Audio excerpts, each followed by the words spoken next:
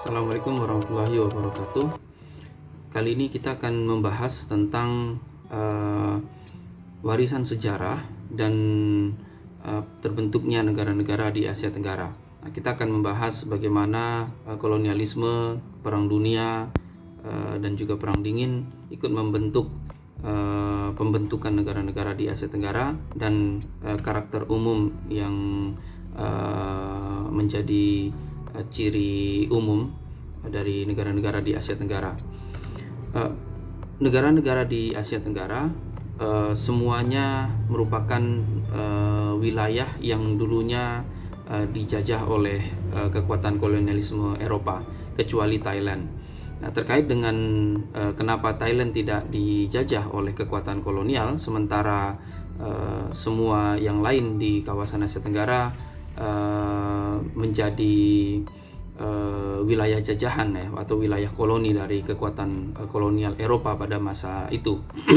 Ada beberapa argumen yang mencoba untuk menjelaskan hal ini. Misalnya ada yang menganggap bahwa Thailand tidak dijajah karena kemampuan diplomasi Raja Thailand yang bagus, sehingga mampu meyakinkan kekuatan Eropa untuk tidak menjajah wilayah tersebut.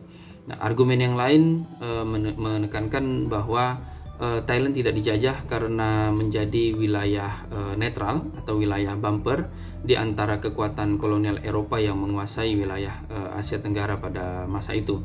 Nah, sehingga wilayah Thailand ya menjadi wilayah bumper, sehingga kekuatan kolonial Eropa tidak saling bergesekan secara langsung di antara dua kekuatan besar. Nah, tentu mereka punya kepentingan yang besar gitu ya, untuk tidak saling berperang ataupun berkonflik di antara kekuatan kolonial Eropa, sehingga mereka bisa berkonsentrasi di wilayah koloni masing-masing.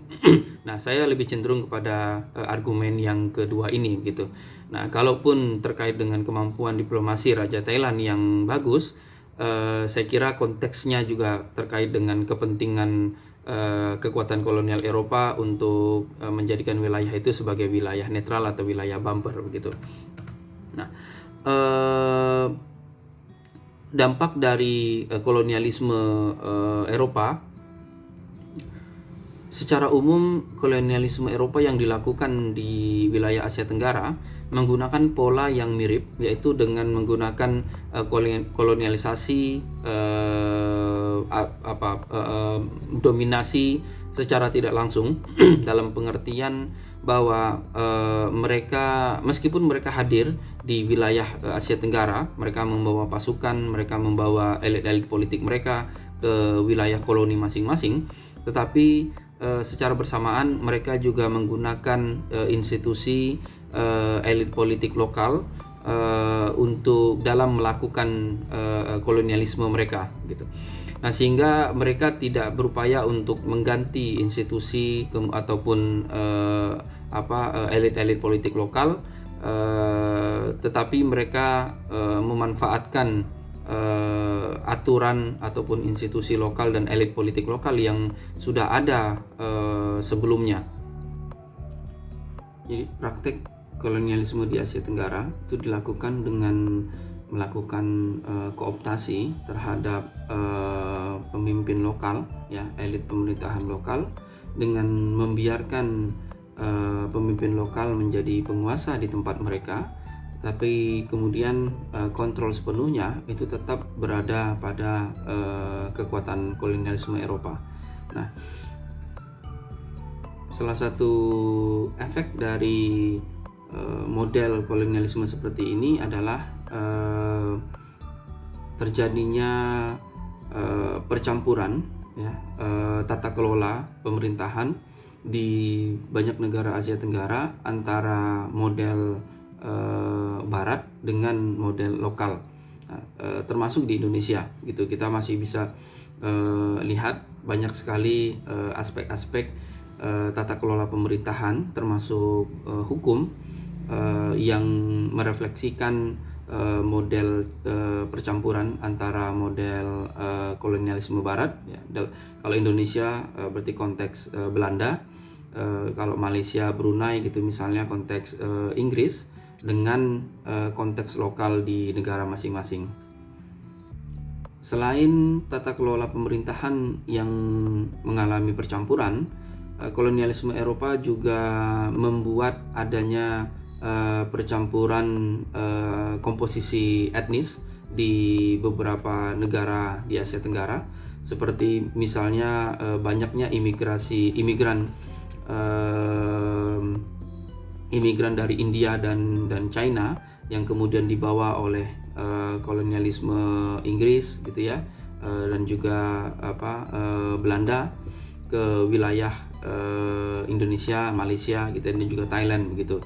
Nah, salah satu dampak dari perubahan komposisi ini yang kemudian memunculkan potensi-potensi konflik horizontal ya di masyarakat gitu, antara etnis yang dianggap dalam tanda kutip masyarakat lokal dengan imigran dari India dan maupun Cina.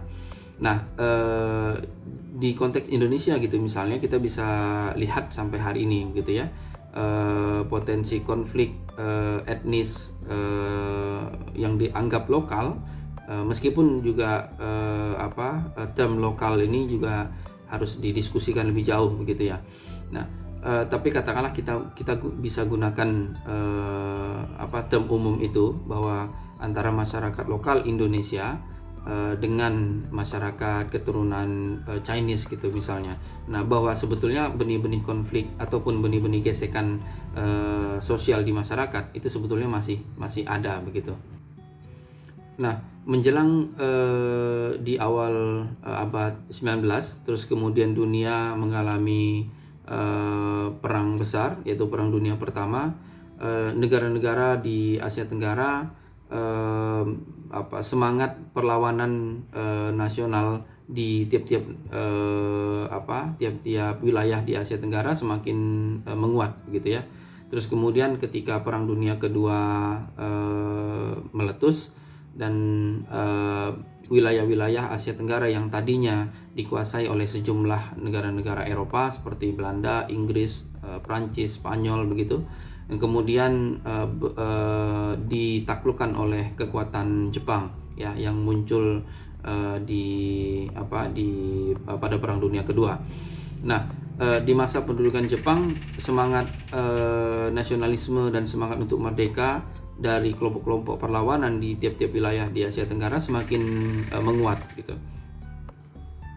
Semangat anti Barat itu semakin menguat pula seiring semangat nasionalisme yang semakin tumbuh di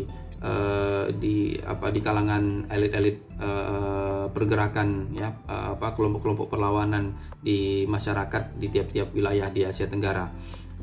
Nah, kemudian setelah Jepang kalah, kemudian beberapa wilayah di Asia Tenggara kembali dikuasai oleh kekuatan kolonial Eropa sebelumnya ya, seperti Belanda, seperti Indonesia, kemudian kembali dikuasai oleh Belanda ya, meskipun Indonesia mendeklarasikan kemerdekaan di tahun 45, tapi kemudian Belanda belum bisa terima. Nah, sehingga kemudian dianggap di PBB dianggap kemerdekaan Indonesia tahun 49 gitu ya, ketika Belanda mengakui kedaulatan wilayah Indonesia. Nah,